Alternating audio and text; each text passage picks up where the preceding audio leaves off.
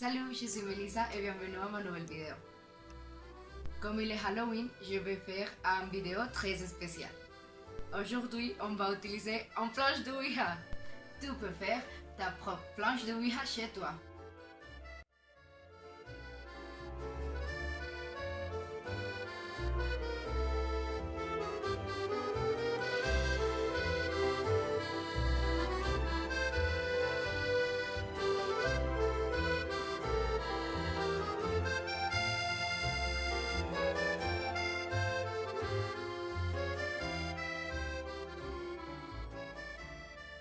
Ici, j'ai le planche de Ouija que j'ai fait. Pour les personnes qui ne savent pas qui c'est une planche de Ouija est une surface en bois plate qui comprend des lettres de A à Z, des chiffres de 0 à 9 et les symboles du soleil et de la lune pour dire oui ou non. Un indicateur mobile ou une planchette sont utilisés pour répondre sobrement à les questions que posent les joueurs. Dans la culture populaire, qui date à peu près des années 1920, ces planches sont considérées comme des portails spirituels pour contacter les morts. Cependant, les seules preuves dont nous disposons sont les récits des utilisateurs. Rien n'a été prouvé scientifiquement. Ok, on va commencer par la vidéo.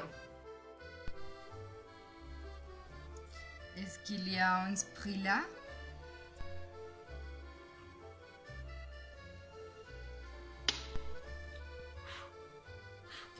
Je crois que cette planche ne fonctionne pas. Qui est-ce qu'elle ne fonctionne pas? Mon Dieu, qui est très beau. Oh, je suis désolée, j'étais terriblement impolie. Je m'appelle Melissa. Tu fais quoi dans ma chambre? Tu m'appelais? De quoi tu parles?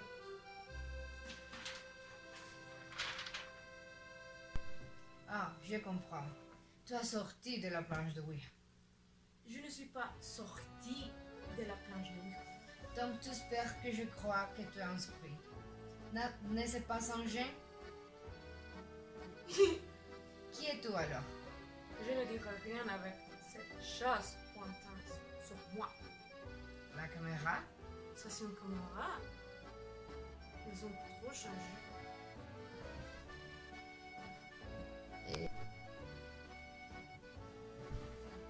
Merci. Bien.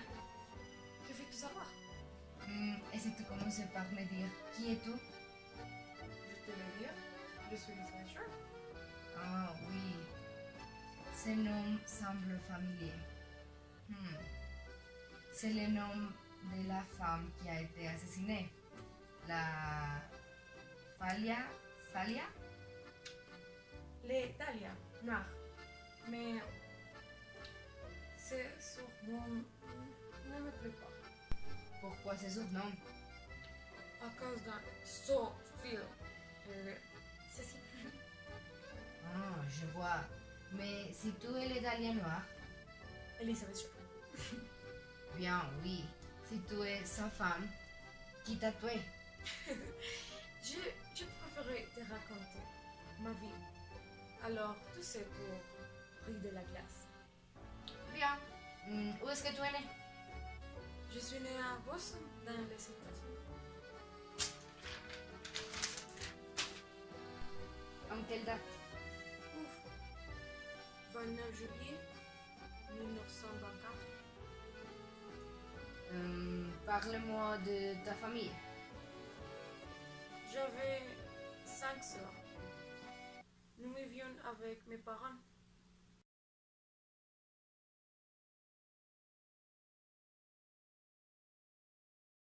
Mon père avait un mini-golf, mais il a fait faillite. Et il a décidé que la meilleure solution était de simuler un suicide. L'imbécile avait laissé sa voiture près d'un pont pour faire comme s'il s'était jeté. Il nous a laissés dans la ruine. 10 ans après, il est arrivé en demandant pardon. L'imaginez-vous? Pardon? Personne n'allait le pardonner, ni même moi. Mais il nous a dit qu'il avait déménagé en Californie. J'ai toujours voulu être mannequin ou actrice. Et Los Angeles, c'était une géniale opportunité d'accomplir mon rêve. Donc, je l'ai pardonné et je suis partie avec lui en Californie.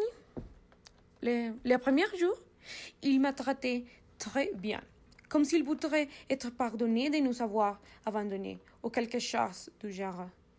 Mais le temps est passé et il a commencé à me traiter comme si j'étais son employé. Et je n'ai pas enduré ça. Comment Donc, je gagnais-tu suis de l'argent?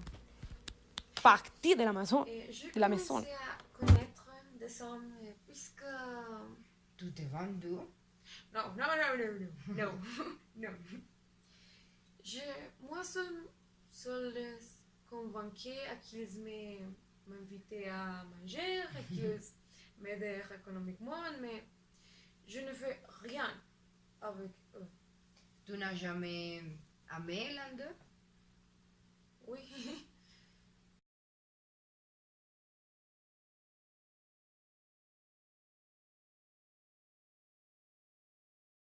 Il y a un homme appelé Matthew Gordon Jr. que j'ai connu en Floride. Il m'a proposé un mariage.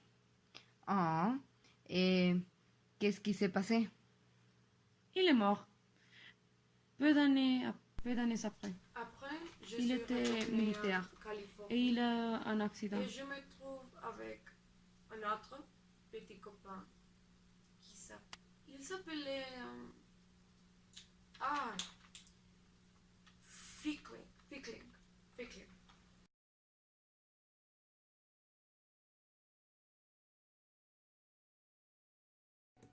Mais il a dit qu'il Je était vois, et fatigué que s'est-il passé ensuite? de mon flirt.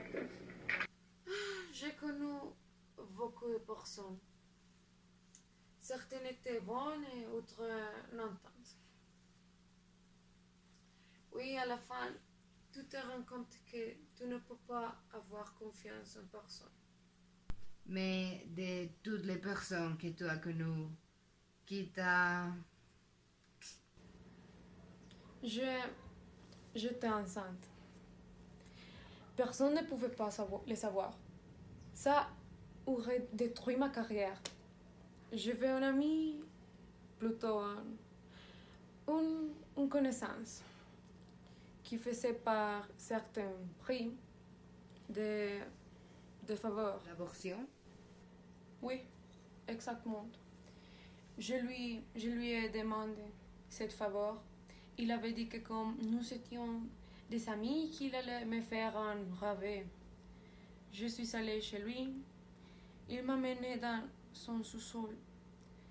Il m'a couché dans un lit. Il m'a mis de l'anesthésie. Je me suis endormie et quand je me suis réveillée...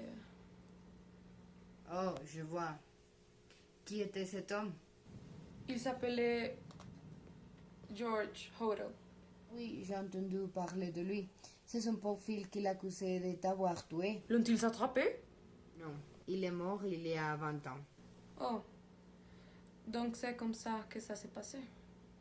Mais je croyais que la dernière personne qui t'a vu en vie, c'était un certain Robert Manley.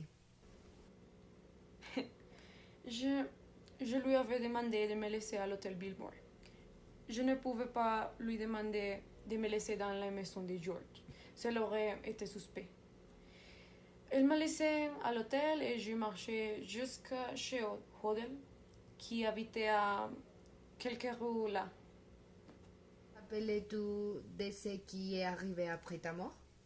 La seule chose dont je me rappelle, c'est qu'une fille a commencé à appeler sa mère pour qu'elle regarde un mannequin. J'étais dans une phase.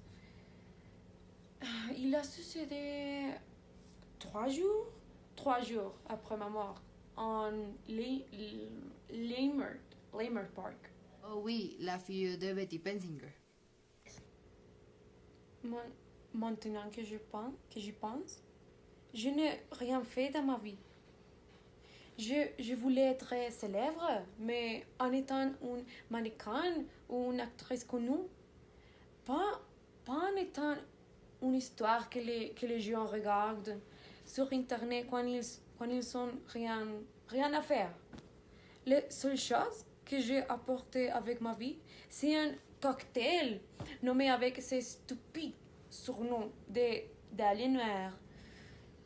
J'aurais juste voulu retourner avec ma famille, avoir retourné à Boston. Pas avoir fini coupé en deux, toutes nous dans une face. C'est bon?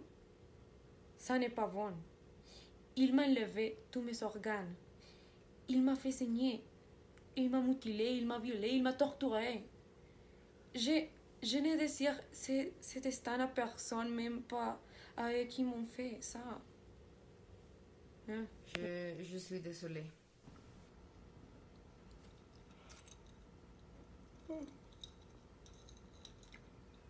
Oh, le temps s'est écoulé. Je suis très fatiguée.